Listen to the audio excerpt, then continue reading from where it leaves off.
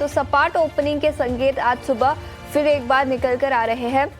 करीब 8 से 9 अंकों की गिरावट के साथ 24,850 के आसपास गिफ्ट निफ्टी कारोबार करता हुआ।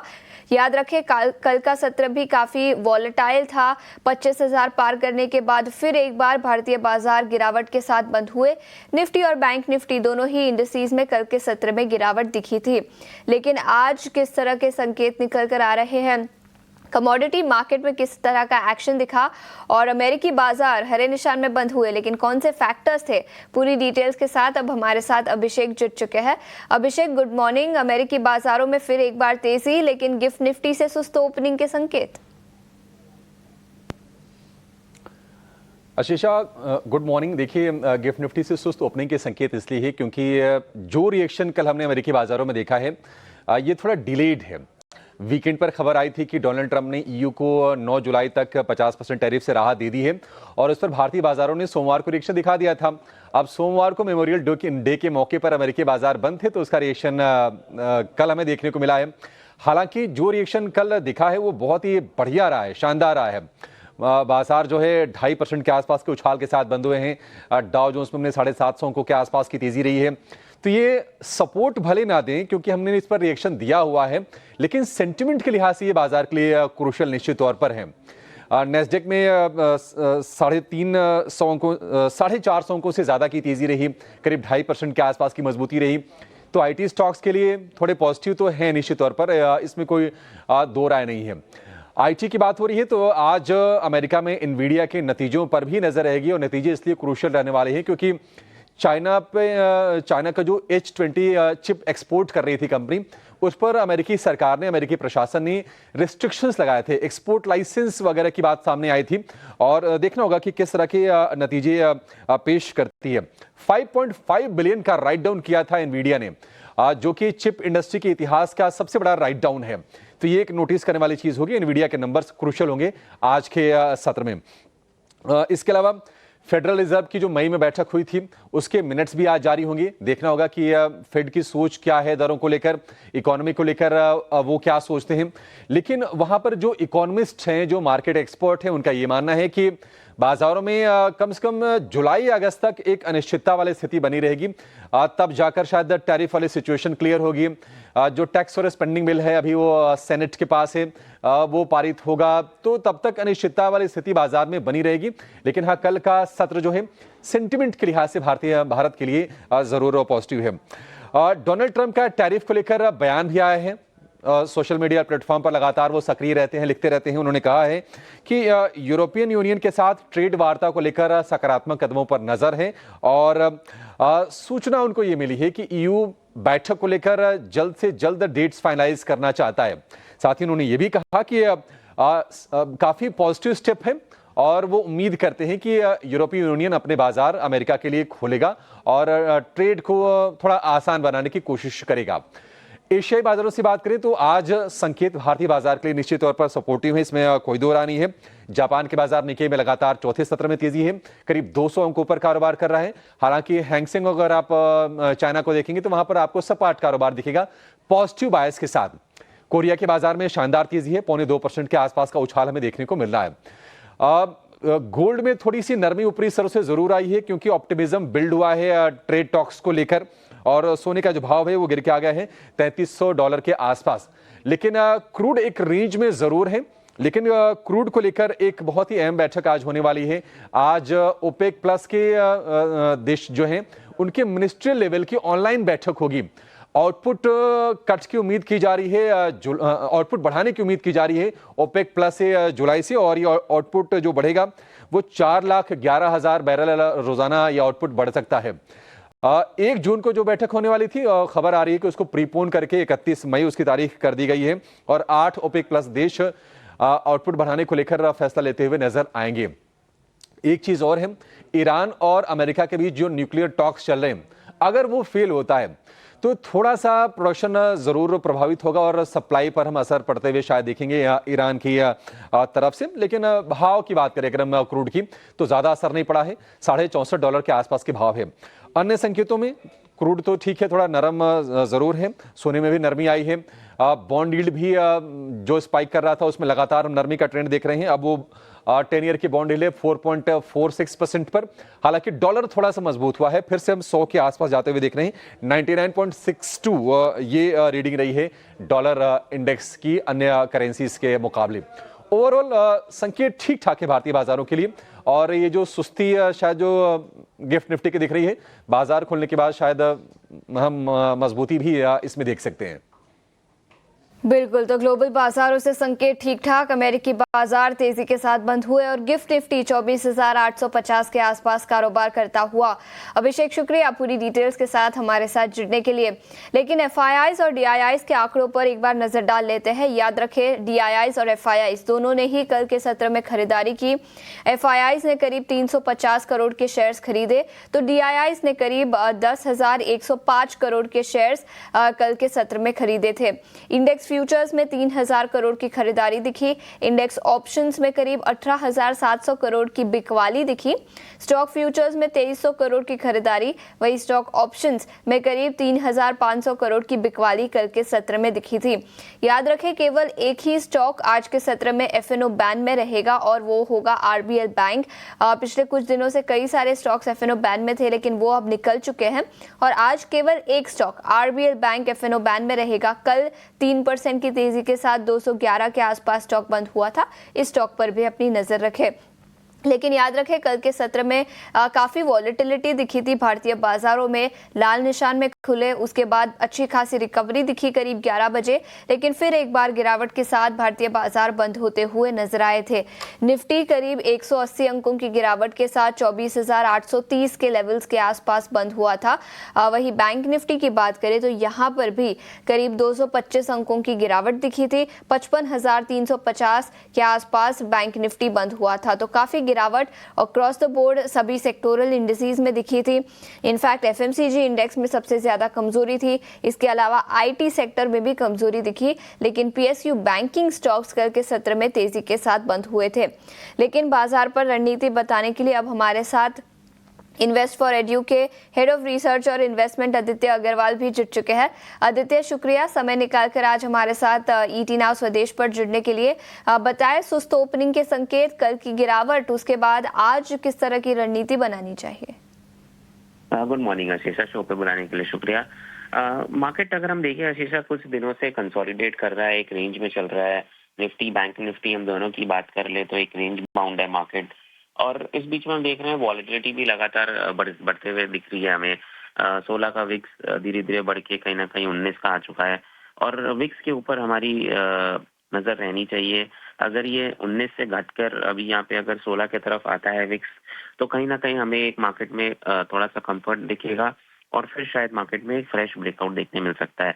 अब अगर हम निफ्टी की बात कर ले तो क्लियरली यहाँ पे 25,100 का एक रेजिस्टेंस है जिसको बुल्स नहीं निकाल पा रहे हैं, और नीचे की तरफ अगर हम देखें तो 24,600 से लेके 24,400 का एक अच्छा सपोर्ट है जो कि बेयर्स नहीं ब्रेक कर पा रहे। तो कहीं ना कहीं मुझे लग रहा है निफ्टी इस रेंज के अंदर ही चलते रहेगा जब तक कि विक्स भी 16 से लेके 19 के अंदर ऑसिलेट करेगी। इस बीच में अगर हम बैंक निफ्टी की बात कर ले तो इसका स्ट्रक्चर थोड़ा बहुत बेटर लग रहा है शीशा कंपेयर टू निफ्टी, और 56,000 का जो एक पड़ाव है वो अगर बैंक निफ्टी निकालने में सक्सेसफुल हो जाता है आने वाले ट्रेडिंग सेशंस में आज या कल, तो फिर हमें एक अच्छी खासी अपमूव 58,000 तक बैंक निफ्टी में देखने मिलेगी। अदरवाइज ये भी एक कंसोलिडेशन में चल रहा है फिलहाल, तो 55,000 नीचे में और उसके नीचे 54,500 ये सपोर्ट्स है, तो 55,000 54,500 सपोर्ट्स और 56,000 ऊपर में रेजिस्टेंस है। तो ये रही निफ्टी बैंक निफ्टी की आउटलुक, और ओवरऑल मुझे लग रहा है मार्केट थोड़ा कंसोलिडेशन फेज में ही रहना चाहिए। फेज में बाजार रहने की उम्मीद है, लेकिन इसके अलावा स्टॉक स्पेसिफिक आइडियाज कौन से होंगे आज के सत्र के लिए आदित्य? सो दो बाय रिकमेंडेशन सजेस्ट करना चाहूंगा। पहला है टीटागढ़ वैगन। हमने देखा है जब से स्टॉक एफएनओ में आया है एक लगातार बाइंग इंटरेस्ट देखने मिल रहा है स्टॉक में, और एक कंसोलिडेशन जोन से निकल के अब स्टॉक अप मूव में आ चुका है, अच्छे वॉल्यूम्स हो रहे हैं। तो करंट लेवल्स पे खरीदारी की सलाह रहेगी। 1050 का यहाँ पे लक्ष्य लगाना है, 885 का स्टॉप लॉस, 885 का stop loss. Second IDFC first बहुत ही बेहतरीन लग रहा है, जैसे कि मैंने कहा बैंकिंग थोड़ा बेटर लग रहा है कंपेयर टू निफ्टी, तो आईडीएफसी फर्स्ट में एक अच्छा कंसोलिडेशन हुआ, 200 डीएमए के पास सपोर्ट लेके एक अच्छा मूव दिखा रहा है। कल के ट्रेडिंग सेशन में अच्छी वॉल्यूम्स भी थी। तो करंट लेवल्स पे खरीदारी की सलाह रहेगी, 72 का यहाँ पे टारगेट और 66 रुपए का स्टॉप लॉस। ठीक है, तो दो स्टॉक्स पर खरीदारी की राय, एक है टीटागढ़ रेल जहां पर 1050 तक के लेवल्स नजर आ सकते हैं, और इसके अलावा आईडीएफसी फर्स्ट बैंक 66 के स्टॉप लॉस के साथ 72 का टारगेट यहां पर अक्षय ने दिया है, आदित्य ने दिया है। आदित्य, बहुत बहुत शुक्रिया समय निकालकर आज हमारे साथ ईटी नाउ स्वदेश पर जुड़ने के लिए, बाजार पर रणनीति और कुछ स्टॉक स्पेसिफिक आइडियाज बताने के लिए। लेकिन एक छोटे से ब्रेक के लिए रुकेंगे, लेकिन ब्रेक के बाद खबरों के दम पर, ब्रोकरेज रिपोर्ट्स के दम पर कौन से स्टॉक्स फोकस में रहेंगे और कमोडिटी मार्केट में किस तरह की रणनीति बनानी चाहिए उस पर भी नजर डालेंगे। आज स्वागत है आपका। गिफ्ट निफ्टी से सुस्त ओपनिंग के संकेत, लेकिन ऐसे में नतीजे कई सारे कल मार्केट आवर्स के बाद निकल कर आए। किस तरह के नतीजे रहे और स्टॉक्स कैसे रिएक्ट कर सकते हैं, ये बताने के लिए अब हमारे साथ शरद स्टूडियो में जुड़ चुके हैं। शरद, कई सारी मिड कैप कंपनियों के नतीजे कल आए और आखिरी के 2-3 दिन जहां पर नतीजे आएंगे, लेकिन बताएं किस तरह के नतीजे रहे। जी बिल्कुल आशीषा, गुड मॉर्निंग। यहाँ पे जो है ऑलमोस्ट एंड हो गया अर्निंग सीजन का यहाँ पे, लेकिन इनलाइन सेट ऑफ नंबर्स और गुड सेट ऑफ नंबर ज्यादा देखने मिले, लेकिन लार्ज कैप्स डिसअपॉइंट कर रहे हैं आशीषा। तो इस पे जो है ऑफ कोर्स खास चर्चा भी हम करेंगे। ईट पैरी की बात करें तो यहाँ पे अच्छे नतीजे आए हैं, लेकिन एक बार चौथे तिमाही के नतीजे एक बार फिर से देख लीजिए, और बहुत एक शानदार प्लेट हमारी प्रोड्यूसर टीम ने बनाए हैं। अच्छे नतीजे में हिंद कॉपर, भारत डायनामिक्स जैसे स्टॉक्स है, और आईटीआई में भी एक अच्छी मूवमेंट आई है। EID Parry, RCF largely in line to mix set of numbers हैं। कमज़ोर नतीजे में देखिए बड़े नाम जो थोड़ी देर पहले आशीषा को बताया था, एलआईसी कमज़ोर नतीजे देखने मिले, एनएमडीसी कमज़ोर नतीजे आए हैं। तो इसके थोड़ी डिटेलिंग भी कर लेते हैं। ईट पेरी की इनलाइन सेट ऑफ नंबर्स में रेवेन्यू लगभग 23% उछला है, और लगभग 350 करोड़ रुपए का जो है वो इन्वेस्टमेंट अपनी होली ओन आर्म में भी करने वाले हैं। ईट पेरी की नेट प्रॉफिट की बात करें तो 30% भागा है ईयर ऑन ईयर बेसिस पे, end of course Bharat dynamics के भी नंबर्स आप देख रहे हो स्क्रीन पे, यहाँ पे भी अच्छी मोमेंटम आ रही है। आरसीएफ हमारा अगला स्टॉक रहेगा। यहाँ पे इनलाइन सेट ऑफ नंबर्स आया है, रेवेन्यू में थोड़ी सी गिरावट ज़रूर आई है, लेकिन नेट प्रॉफिट और मार्जिन्स यहाँ पे जो है थोड़ी गिरावट देखने मिली है, बट लार्जली जो है एनालिस्ट एस्टिमेट के जो है मुताबिक ही आई है। लेकिन याद रखिए सारे फर्टिलाइजर स्टॉक्स में 2 अहम ट्रिगर है। सबसे पहला है कि मानसून जो है समय के पहले आ गया, और फर्टिलाइजर सब्सिडी की भी बढ़ोतरी देखने मिल सकती है। ये हमारे एक्सक्लूसिव ईटी नाउ स्वदेश में हमने ऑलरेडी आपको बता दिया है। हिंदुस्तान कॉपर की बात करें तो स्ट्रॉन्ग सेट ऑफ नंबर्स है। चारों ही सेगमेंट में रेवेन्यू, एबिटा, पैट, मार्जिन को एनालिस्ट एस्टिमेट से बीट किया है। और एलआईसी की बात करें तो ऑपरेशनल नंबर्स थोड़े वीक आए हैं। सॉल्वेंसी रेशियो बढ़ गया है, 2.11 हो गया है, और आपको जो नेट प्रीमियम इनकम देख रहा है वहाँ पे भी गिरावट आई है 3% की। तो net weak set of numbers आपको एलआईसी से देखने मिले हैं। आईटीआई दूसरे एंगल में बात करें तो कल भी जो था स्टॉक में थोड़ी मोमेंटम भी आई थी, और अब देखें तो कंपनी जो है ऑलमोस्ट घाटे से मुनाफे में आ गई है। नेट लॉस सिर्फ 4 करोड़ का ही बाकी है। Last time net loss almost 200 crore के ऊपर का था। तो रेवेन्यू में भी ऑलमोस्ट 74% का उछाल देखने मिला है। खास करके जो बीएसएनएल के जो ऑर्डर्स आ रहे थे स्टेज 3 स्टेज 2 से, उस पर भी नज़र रखिएगा, खासकर कि टेलीकॉम एंसिलरी स्पेस से। और ऑफ कोर्स न्यूज़ फ्लोज भी अच्छे आ रहे थे, बीएसएनएल के नतीजे भी बहुत स्ट्रॉन्ग देखने मिले। एनएमडीसी कमज़ोर नतीजे आए हैं। पैट और मार्जिन दोनों में जो है बड़ा दबाव देखने मिला है। एनालिस्ट एस्टिमेट से बहुत कम नंबर्स देखने मिले। तो ऑफ कोर्स यहाँ पे वीक सेट ऑफ नंबर्स है, तो स्टॉक में प्रेशर आ सकता है। तो ये अहम स्टॉक्स है आशीषा जिस पे आपकी नज़र होनी चाहिए, और आप स्क्रीन में एक बार देख सकते हैं। पूरा रिवीजन जो है आपकी स्क्रीन पे दिख जाएगा। तो यही है पूरा इम्पैक्ट। बिल्कुल, तो नतीजों के दम पर कई सारे स्टॉक्स फोकस में होंगे, लेकिन नतीजों के अलावा शरद कई सारी खबरें निकल कर आई है।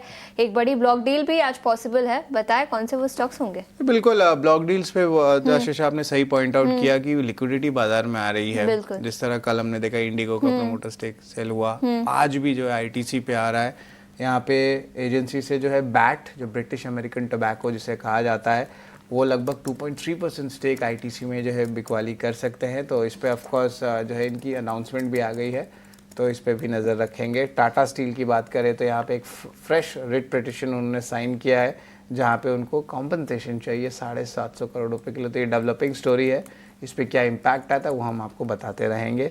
लेकिन कुछ इंपॉर्टेंट डेट्स है जो नज़र करने चाहिए, धीरे धीरे करके नोट करिएगा। दालमिया भारत की बात करें तो फंड रेज जो है बैंक कंसिडर करेगी मई 30 को। वही India glycols stock split share विभाजन पे विचार करेगी 30 मई को। वेदांता का भी फंड रेज रहेगा और कोइंसिडेंटली मई 30 को ही है। और वोडाफोन आइडिया का भी अर्निंग्स भी रहेगा और फंड रेज भी रहेगा मई 30 के। तो ऑफ कोर्स मई 30 एक बहुत इंपॉर्टेंट डेट है दालमिया भारत, इंडिया ग्लाइकोल्स, वेदांता और वोडाफोन आइडिया, इन चारों स्टॉक्स के लिए जो है इंपॉर्टेंट अनाउंसमेंट्स इन दिन आ सकते हैं। तो आशीषा, ये जो है पूरा जो है आप कह सकते हैं स्टॉक्स इन न्यूज़ है जहाँ पे आज आपको एक्शन देखने मिल सकता है। बिल्कुल, तो आईटीसी की ब्लॉक डील, इसके अलावा Tata steel, Dalmia Bharat, India glycols, कई सारे और स्टॉक्स आज फोकस में रहेंगे खबरों के दम पर। शरद, शुक्रिया पूरी डिटेल्स के साथ हमारे साथ जुड़ने के लिए। लेकिन आगे बढ़ते हैं, कमोडिटी मार्केट, यहाँ पर पिछले कुछ दिनों से काफ़ी एक्शन दिखा है। याद रखें, डोनाल्ड ट्रंप ने यूरोपियन यूनियन पर टैरिफ्स लगाए थे 50%, उसके बाद रोल बैक कर दिए। अब कहा कि 9 जुलाई के बाद वहां पर कुछ डिसीजन लिया जाएगा और इस अनाउंसमेंट्स और यू टर्न के चलते काफ़ी एक्शन सोने और चांदी में दिखा है और उसके अलावा इंडस्ट्रियल मेटल्स पर भी दिखा है। लेकिन कमोडिटी मार्केट पर रणनीति बताने के लिए अब हमारे साथ केडिया कमोडिटीज़ के एमडी और रिसर्च हेड अजय केडिया जुड़ चुके हैं। अजय सर, गुड मॉर्निंग, शुक्रिया समय निकालकर जुड़ने के लिए। सबसे पहले सोने और चांदी की ही बात करेंगे, किस तरह का ट्रेड कॉल बनेगा आज के सत्र के लिए? Very good morning. बिल्कुल, अगर हम सोने चांदी की बात करें, पिछले 2 दिन से मार्केट में कंटिन्यू गिरावट चल रही थी। सोमवार को यूएस मार्केट बंद होने की वजह से मार्केट साइडवे था, लेकिन कहीं ना कहीं अब हम देख रहे डॉलर इंडेक्स बेस बनाता हुआ दिखाई दे रहा है। जो कंसर्न बना हुआ था यूरोप के ऊपर ये टैरिफ वॉर का, वो काफी हद तक कम हुआ है। फेड की बैठक से पहले कहीं ना कहीं मार्केट में एक प्रॉफिट बुकिंग अभी भी दिखाई दे रही। तो आज दिन के सेशन में मार्केट में थोड़ा बाउंस जरूर दिखाई देगा, बट उस बाउंस पे बिकवाली करना चाहिए। सोने में जून वायदा 95,600 पे बेच के चलना है, 95,900 का स्टॉप लॉस रखना है, 94,700 तक का टारगेट रहेगा। वहीं अगर चांदी की अगर हम बात करें तो चांदी में भी 97,800 पे बिकवाली करके चलना चाहिए। 98,300 के स्टॉप लॉस से टारगेट 96,700 तक का लेवल दिखाई देगा। तो ये नजरिया सोने और चांदी पर यहाँ पर बिकवाली की राय आती हुई 98,300 के स्टॉप लॉस के साथ 96,700 तक के लेवल्स नजर आ सकते हैं। और सोने पर भी अजय जी ने बिकवाली की राय दी है, 95,900 के स्टॉप लॉस के साथ 94,700 तक के लक्ष्य नजर आ सकते हैं। लेकिन कच्चे तेल और नेचुरल गैस, यहाँ पर किस तरह का ट्रेडिंग कॉल बनेगा अजय सर? देखिए, कच्चे तेल की अगर बात करें तो पहला चीज है कि सामने ओपेक की बैठक है, जहाँ पे अब विचार हो रहा है कि प्रोडक्शन और बढ़ाना चाहिए या वेट करना चाहिए। साथ में हमने देखा रशिया पे जो नए सैंक्शंस लग सकते हैं, उसकी वजह से प्राइजेस को सपोर्ट मिलना चाहिए, बट सप्लाई की वजह से कल भी हमने गिरावट आती हुई देखी। तो कुल मिला के प्राइजेस एक दायरे में रहेगा, जहाँ पे जून वायदा 5140 कल की गिरावट के बाद आज लेके चलना चाहिए। लेकिन 5140 पे स्टॉप लॉस 5060 का रहेगा, 5240 तक का टारगेट हम देख पाएंगे। ठीक है, तो ये नजरिया कच्चे तेल पर खरीदारी की राय। लेकिन इंडस्ट्रियल मेटल्स की बात करें तो यहाँ पर जिंक, लेड, कॉपर, एल्यूमिनियम, क्या राय होगी आपकी? एज ऑफ नाउ मुझे लगता है यूएस चाइना का टेंशन कम हुआ, यूरोप का भी जो टेंशन कम हुआ, इन सब के चलते अच्छे लग रहे हैं। लेकिन 2 दिन से हम देख रहे हैं कि मार्केट में कोई बड़ा जंप अप नहीं आता, तो बाकी मेटल में वेट करना चाहिए। कॉपर में मुझे लगता है जून वायदा 860 पे ले जा सकता है 856 के स्टॉप लॉस से, जो 867 तक का टारगेट रखेगा। लॉन्ग टर्म व्यू अभी भी पॉजिटिव है, बट आज बाय ऑन ड्रॉप की रणनीति बना के चला जा सकता है। ठीक है, तो खरीदारी की राय कॉपर पर 867 तक के लेवल्स नजर आ सकते हैं 856 के लक्ष्य के साथ, स्टॉप लॉस के साथ। अजय सर, बहुत बहुत शुक्रिया समय निकालकर आज हमारे साथ ईटीना स्वदेश पर जुड़ने के लिए। गिफ्ट निफ्टी से सुस्त ओपनिंग के संकेत, 10 अंकों की गिरावट के साथ 24,850 के आसपास गिफ्ट निफ्टी कारोबार करता हुआ। लेकिन कई सारे स्टॉक्स खबरें आज निकल कर आई है और बाजार पर रणनीति और स्टॉक स्पेसिफिक आइडियाज बताने के लिए कई सारे दिग्गज मेहमान हमारे साथ जुड़ेंगे। लेकिन एक छोटे से ब्रेक के बाद बने रहिए हमारे साथ। नमस्कार।